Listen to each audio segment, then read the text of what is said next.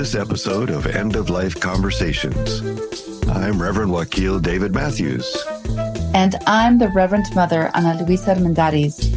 In this podcast, we share people's experiences with death and dying, grief and loss, and the end of life. Every episode, we are so honored and blessed to share stories with amazing, compassionate, and wise guests.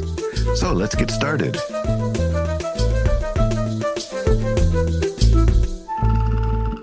Today, we are excited to spend time with Brie Smith.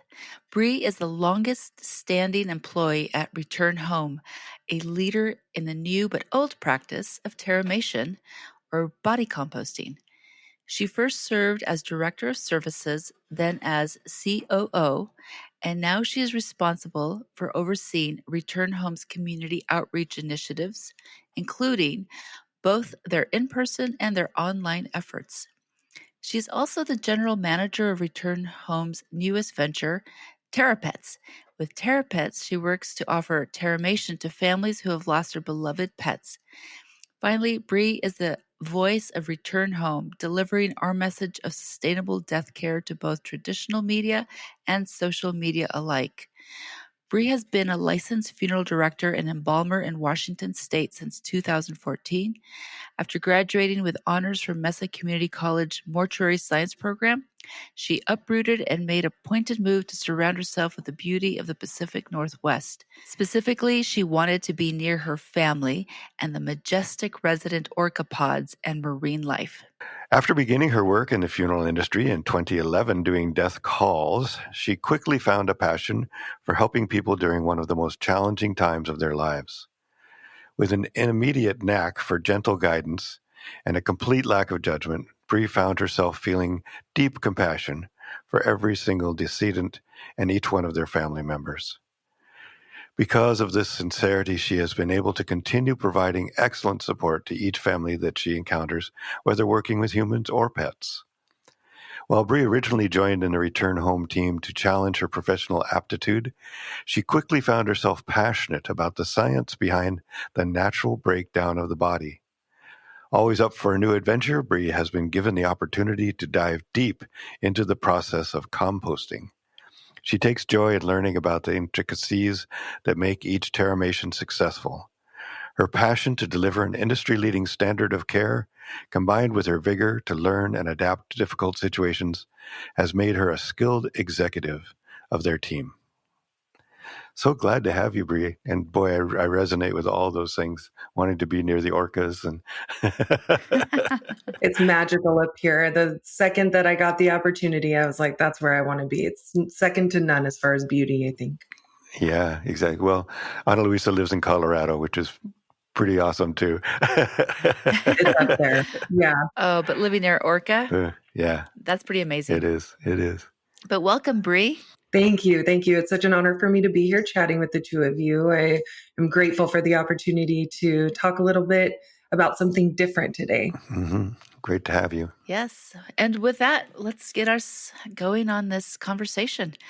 Our first question we offer all of our guests is, how does death impact this story of your life and your journey here?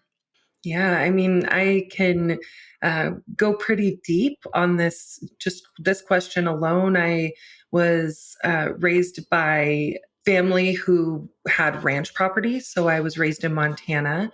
And in the summers, I would go to brandings, and I learned very young the cycle of life and death. And with that came law enforcement family as well. So I was exposed at a very young age also to kind of a different side of life that not everyone might be exposed to. While my dad was working nights, my mom was a cosmetologist, and in the evenings, she would go do hair and makeup at the local funeral home. And so when I was a very young girl, I would accompany her to do the hair and makeup. She loves this one story where we were sitting there one night and it was a mop or maybe a broom fell, and she freaked out and had her moment of panic. And I was maybe 6 years old, and I just sat on a stool. I just looked over at her. I said, Mom, it's not like she's going to hurt you. And so since I was very young, I've just had a real comprehension of life and death and the cycle at hand.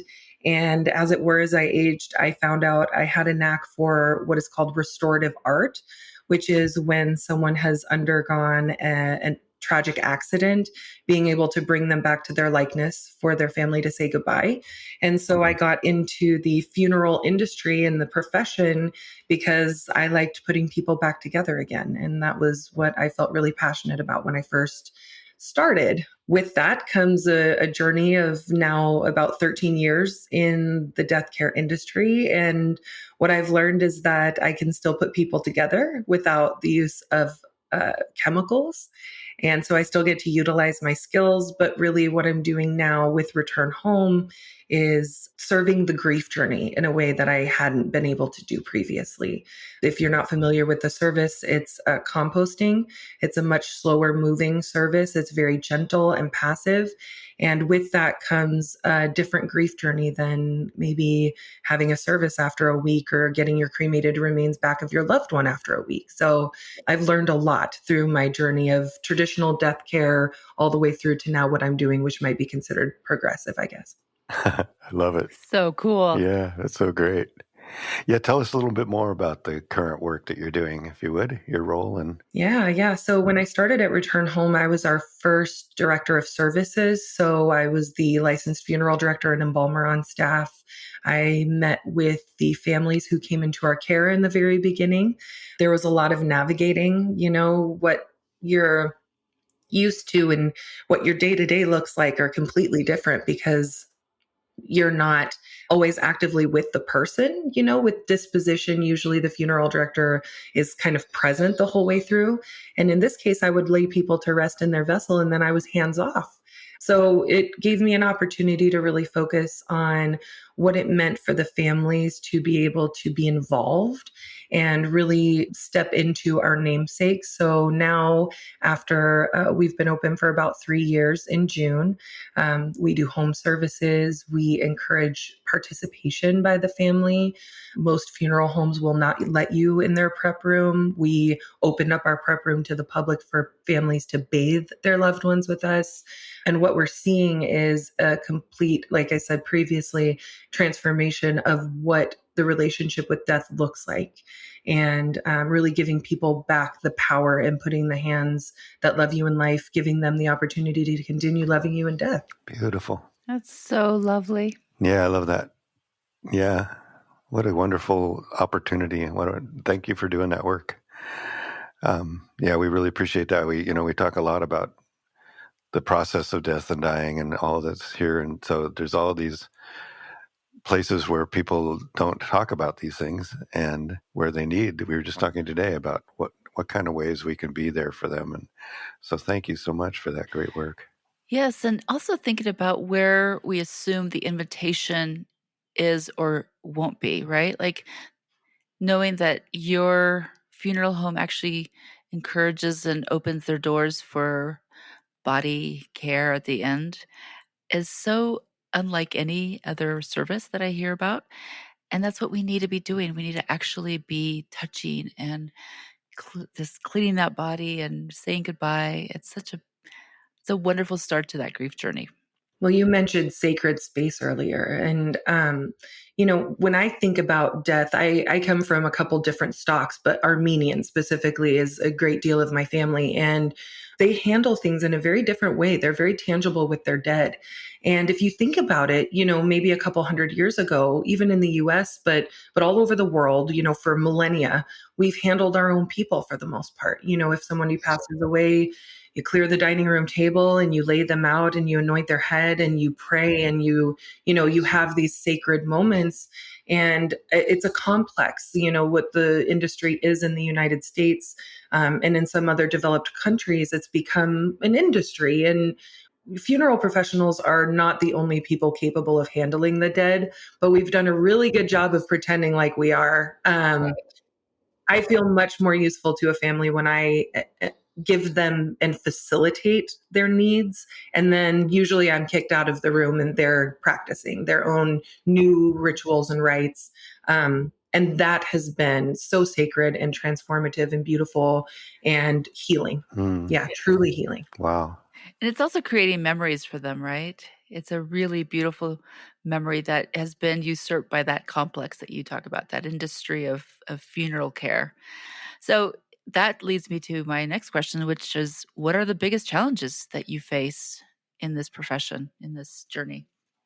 Less so now. I there was a couple challenges. I think one of my biggest challenges was that I used to think that I was really helping people when I would pick up their loved one on a Sunday, and then maybe I'd meet with them on a Monday, and then by Friday I had their death certificates in the urn to them, and I had done a really good job for that family. But what I realized is that I was doing a really good job for my boss, and that maybe that family hadn't even seen their loved one. Maybe their loved one passed away in the hospital. We didn't give them the opportunity to interact. They didn't want to do a viewing, a proper viewing. They didn't want embalmed. So they thought that maybe it wasn't an option to be with their person. I cremated them and then I returned them, and their loss hadn't even set in. The reality of them not being there, and I'm giving their family their ashes, and that was challenging. I didn't know it while I was in the middle of it, but looking back, I always like to point out how resourceful the funeral director in your life can be, and the person in your town who deals with these things, because we are event planners. We know about, end of life and estates and probate and, social security, and we're just abundantly resourceful.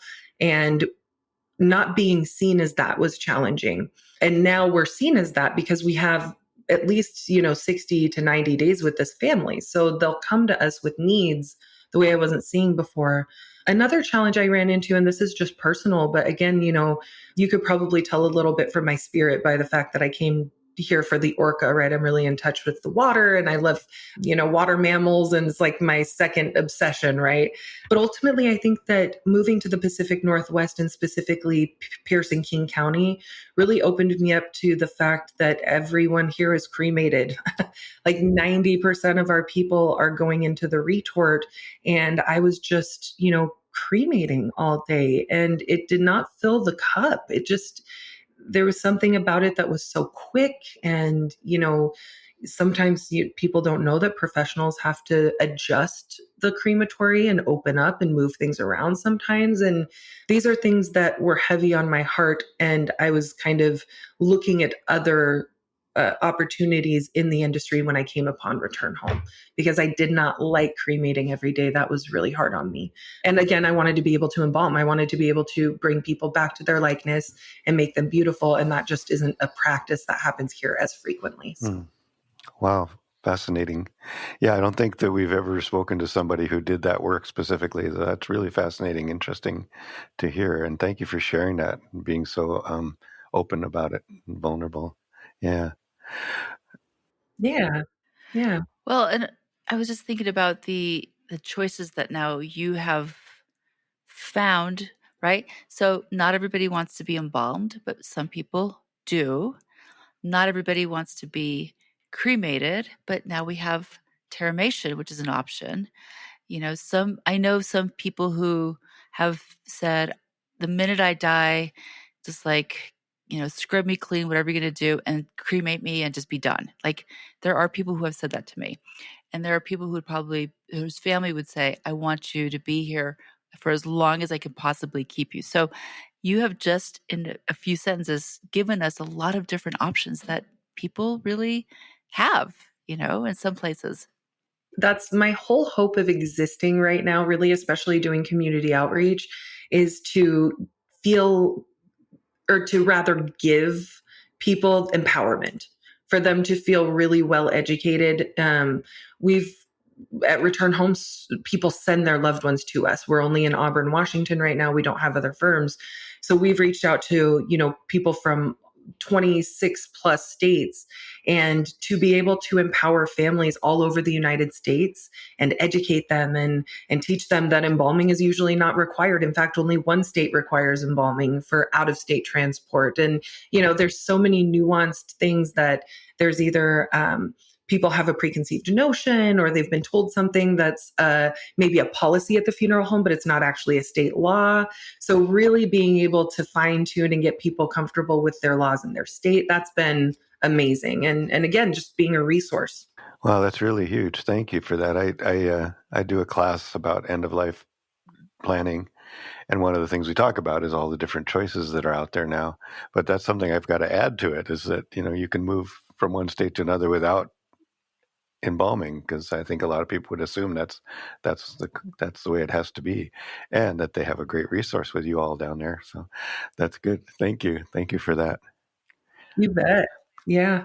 Actually, on our website, we have a full resource center that's not about return home at all. It's just about death and different resources for different services or information, why we wear black to funerals, just, random things. But that's been a fun place for us to be able to put our passion, because we are really passionate about giving information and letting people feel like they have complete control over what their options are going to be, where they're going to go, who's going to touch them. It's really important to people more now, I find, as younger generations are aging up. A lot of boomers in my life are like, just throw me out in the woods and let me, Yep. but a lot of people my age are like, wait, no, like I want to put my mind behind this, and I want, so it's interesting to see the shifts culturally and generationally too. Yeah, I think both Ana Luisa and I have agreed that they could just roll us off a cliff somewhere and we'd be very happy, I would love to feed the birds. No lie. That's one. Get you to Nepal. Is it Nepal where they? Yeah, the air Sky burial. Sky burials. That's right. Although when I was doing my natural funeral care training, my teacher actually had a family here in Denver whose mom wanted to be left out in the woods as well. And they were just like, Mom, you can't do this. And she found that in Grand Junction, there is those places where you can lay your body out for scientists to see how forensics. A body farm? Yes. And so she said that she showed up at the house when this woman passed.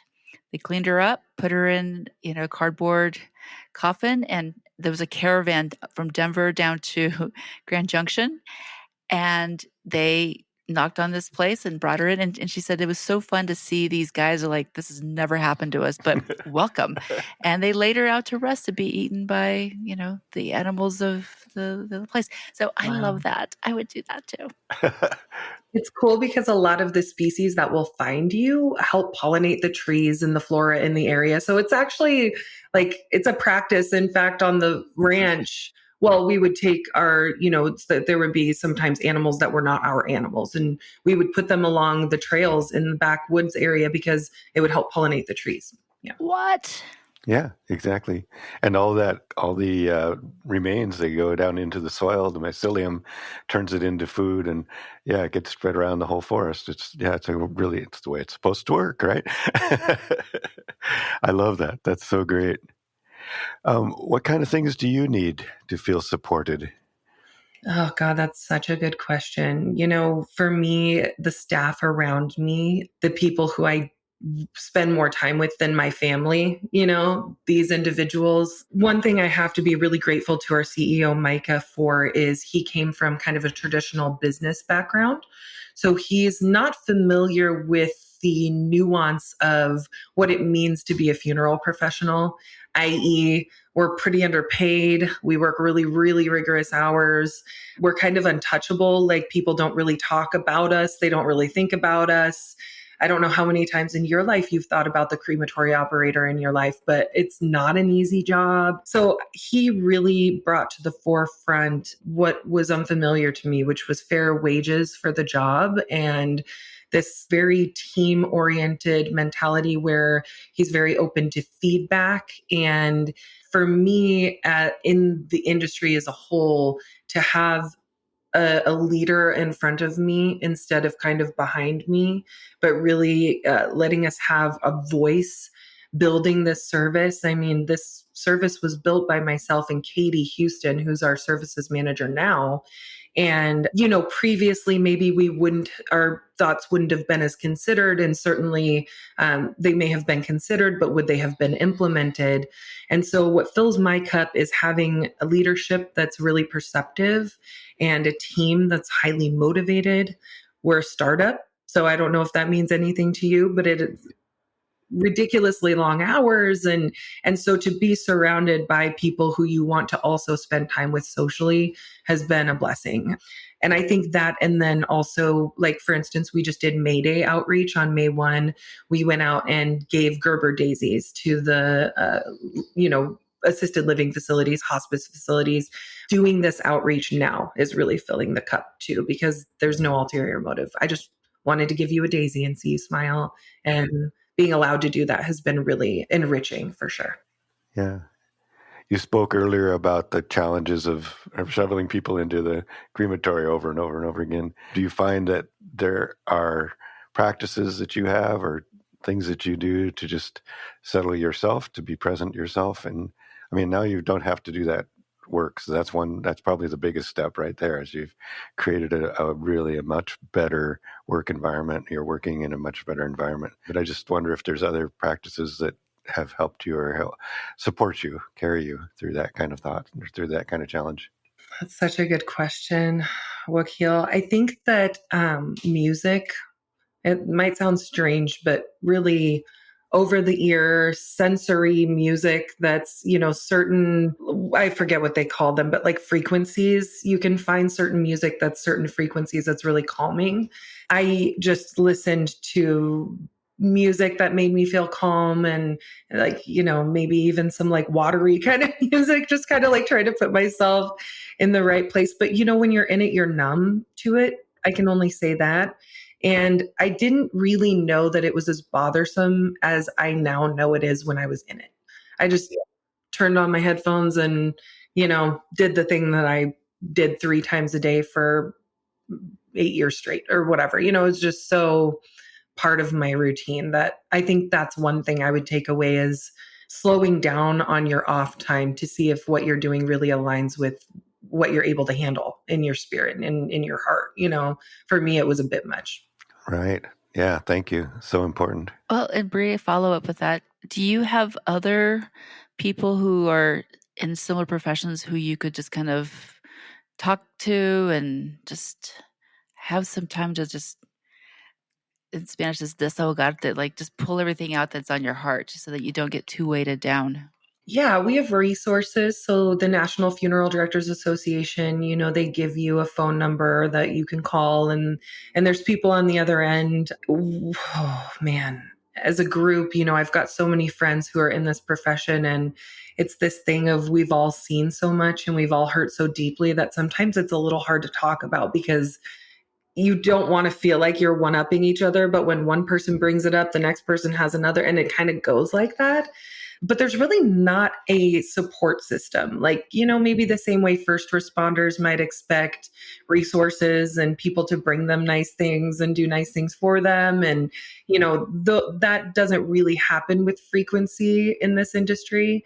So we kind of have to build our own. And like, that's kind of what we did here at Return Home. But I'm actually starting a monthly hour where basically I'm going to do like a game, something on Zoom, but where it's more of a community moment for our profession specifically, where people can gather and vent. And it's on an app called Slack, and we are called the Death Darlings. And that's where we all go right now and just put all of our thoughts and angst and, anything that's happening. But it's hard to find a support system for this because it's so wide reaching. And yeah, we don't get categorized with those first responders. So it's a little different.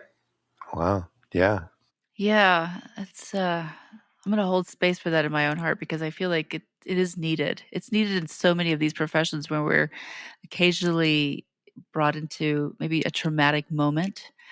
And, there's a lot of like HIPAA pieces. There's also like that, what you just mentioned was like, you don't want to up anybody else about this experience that I've just had. But I do think that there needs to be a safe container for folks who are encountering all kinds of unspoken stories so that they can you can stay safe and well resourced.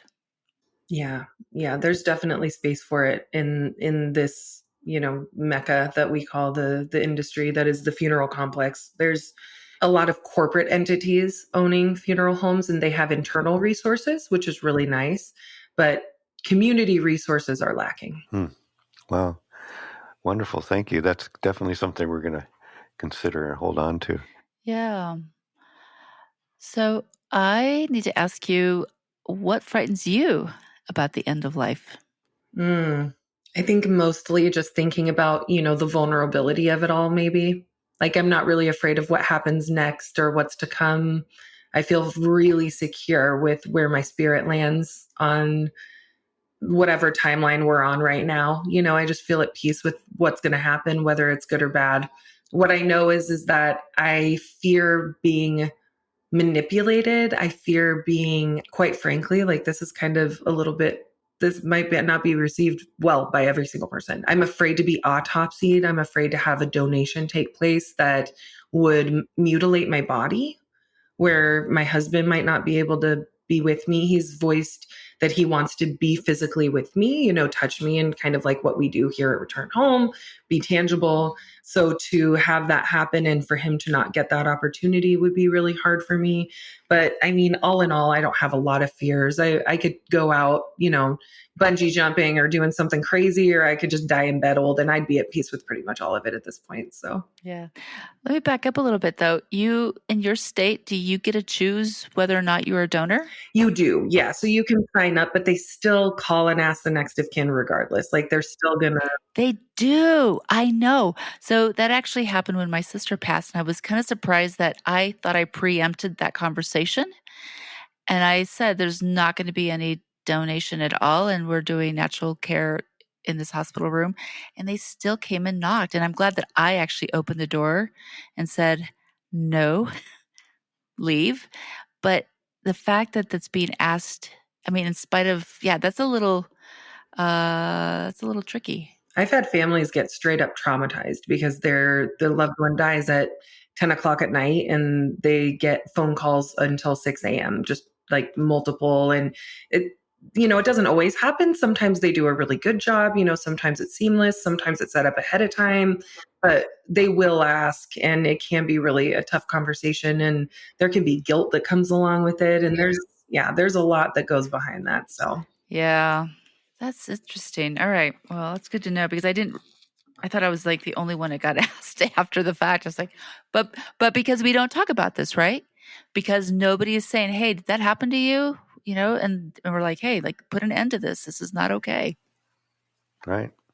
And does it help to have the advanced care director specifically say this isn't going to happen, or do they still call anyway?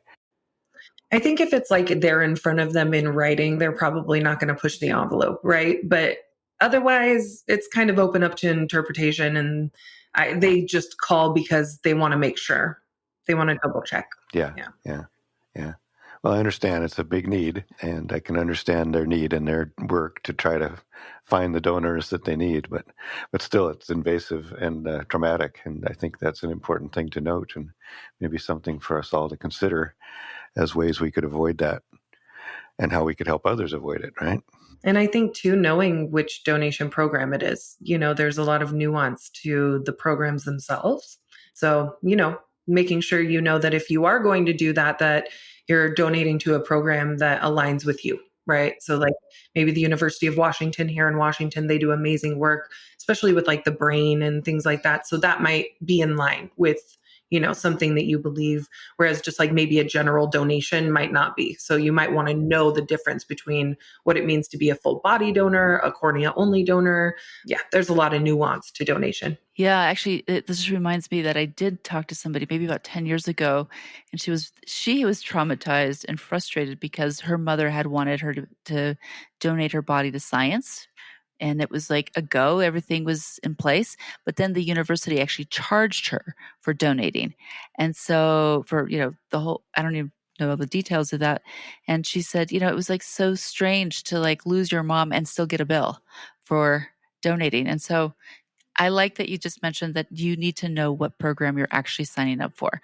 So if like an elder of ours, a loved one is saying, hey, I'm already signed up for body donation, like maybe we should get a little more information. Yeah. Yeah, we talk about that in the class as well, and I always recommend you find out everything you can about that from the people who you're donating to, as well as one of the other things that's come up is what happens when they're done with you, right?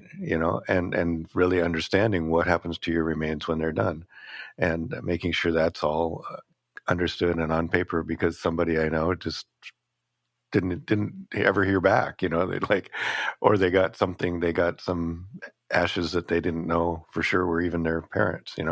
So it's really hugely important. And actually, you've answered the following question, which how do we support ourselves, or how do you feel more supported in regard to that fear? And it sounds like it's really just about knowledge and education, and sounds like your group is doing a great job, and thanks for that.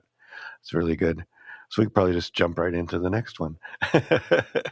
Education's number one. That's why we're on social media. That's why I just absolutely demolish my schedule by squeezing in videos every week. It's because I know what it means to feel uninformed.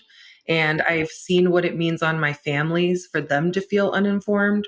So we don't even do just Terramation stuff. We do all sorts of death stuff because people deserve to be educated. And I think it's so great that you're out there doing that, because it's also a need that we have, is people just talking openly about it. But it's a tough conversation. Yeah, it is. You did mention like music and your community of fellow what did you call it? The death Darlings. Death darlings. I like that. We're the death darlings along with you. How do you have more ways to resource yourself? What I'm asking is, on those really slogging days when it was a tough day at work, a lot of death. I don't want to name it trauma, because not everything will be traumatic. It's just occasionally some things will be a little bit harder. So how do you go home and make sure that you're going to be ready for the next day when you have to go back to work? That's a really good question. Self-care has never been a strength of mine, but this year, actually, I what you don't know about me is that I had 4 surgeries from like 2022, late 2022 to actually 1 year ago this month. I had 4 surgeries. And so that was a result of me not taking good care of myself. And since what I do is usually when I go home, first and foremost, I've got a phenomenal home life. My husband's incredibly supportive, and he's a teacher. So he works really early in the day. So he takes care of me in the evenings a lot because he's already home, and our dog's there, and he's making dinner. So that's been really, nice to have an actual steady home life. But personally, I sit in the bath and I just listen to music, and I have one of those like sensory, like Aurora Borealis machines. And I just like lay and look at this machine and just try to kind of calm down. But I mean, I don't even know what to say aside from the mental stuff just kind of goes away with time. Like I've definitely had days where there's something that I come into the office and I can't shake. I can still name like 10 names of individuals for the last 13 years that I've helped them, and I can still see them when I close my eyes, and I know how they died, and I remember their next of kin. And so, I mean, sometimes you can't bath it away, but taking a bath, kind of trying to do some yoga, like a little meditation, prayer. I surround myself with love, and I really like gemstones. So I've got this like whole collection of like raw minerals that I get this like earthy vibe from. It just makes me feel really good. And I love to garden, of course. So my garden is usually where I go spend like 95% of my time when I'm feeling angst up. There's nothing quite like just digging in the dirt. It just makes me feel better.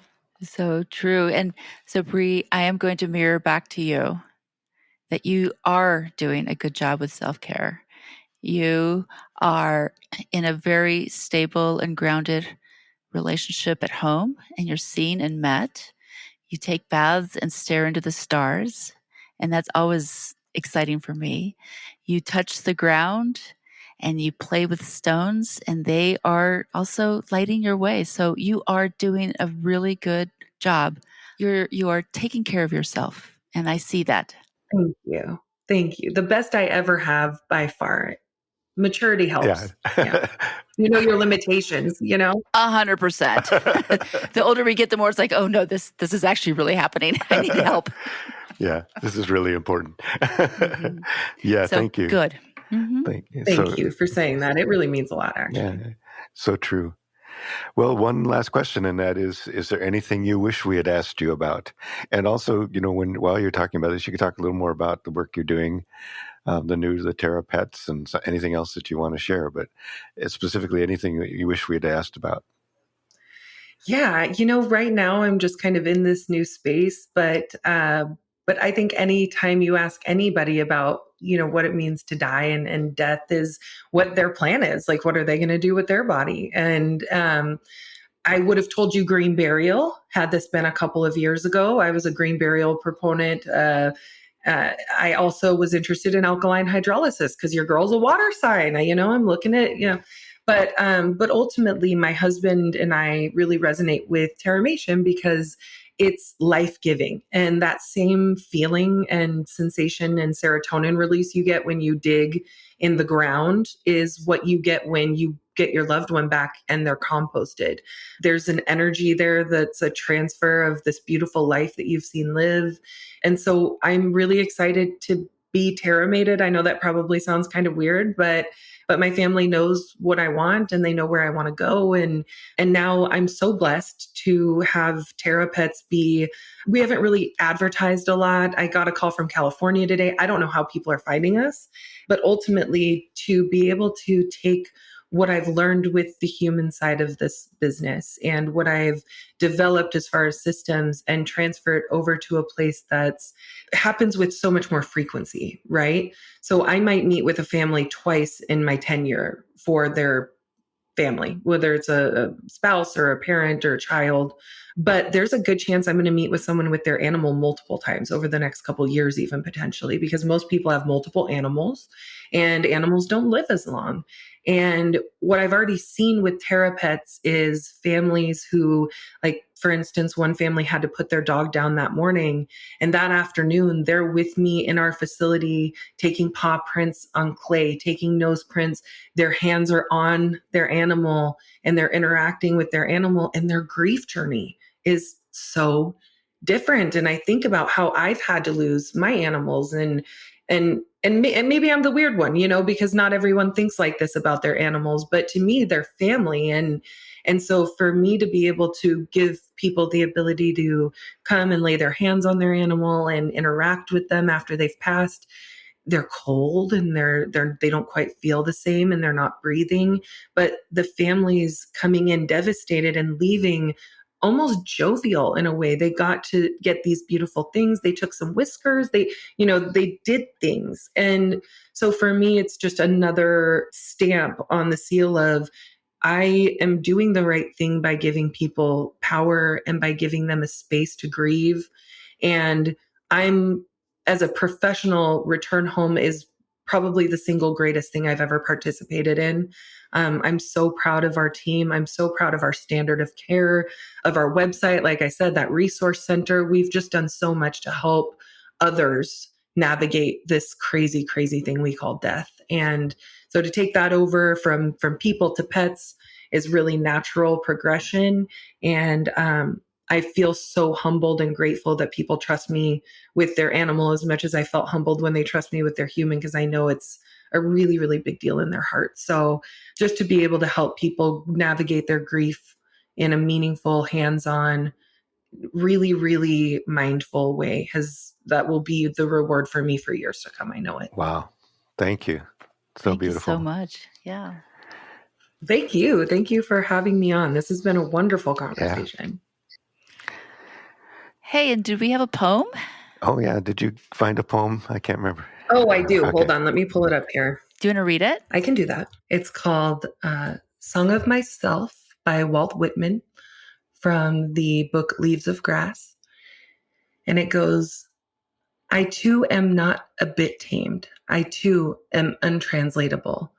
I sound my barbaric yap over the roofs of the world.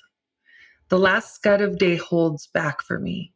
It flings my likeness after the rest, and true as any, on the shadowed wilds, it coaxes me to the vapor and the dusk.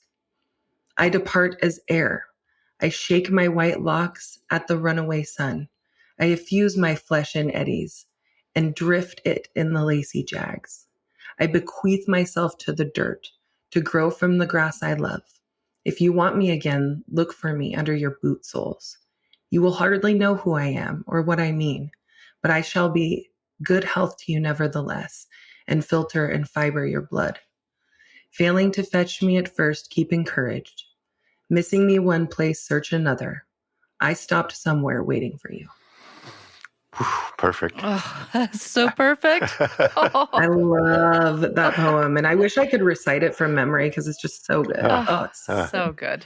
Perfect. a little wordy though. I hope I did okay. You might have to read it. You're fine. Yeah, it was It's perfect. Yeah, and we'll put it in the podcast, in the transcript. So I'll send it people can over to read you. it. Yeah. Thank So you. thank you again. Well, thank you, Brie. It's been great. Again, I love the group and or your organization. When you do send links, be sure to include the next conference they're going to do. Sure. If you've got information about that, I think people might be interested in participating in that. Yeah, for sure. We have this unique audience that loves this stuff. So cool too. We're so curious. They call, what is it? Death curious. Yeah. Right. Yeah. Thanks so much for joining us on the End of Life Conversations. We appreciate you and look forward to sharing our stories. Thanks to my daughter Lucero and Nico Rush, who have cheerfully assisted us as our editors and tech support. Additional resources, transcript of this episode, and links to our social media will be in the podcast notes. Yeah, thank you so much. And please subscribe, tell your friends, follow us on social media, and consider supporting us through Patreon. We want to acknowledge that the music we are using was composed and produced by Charles Heastand.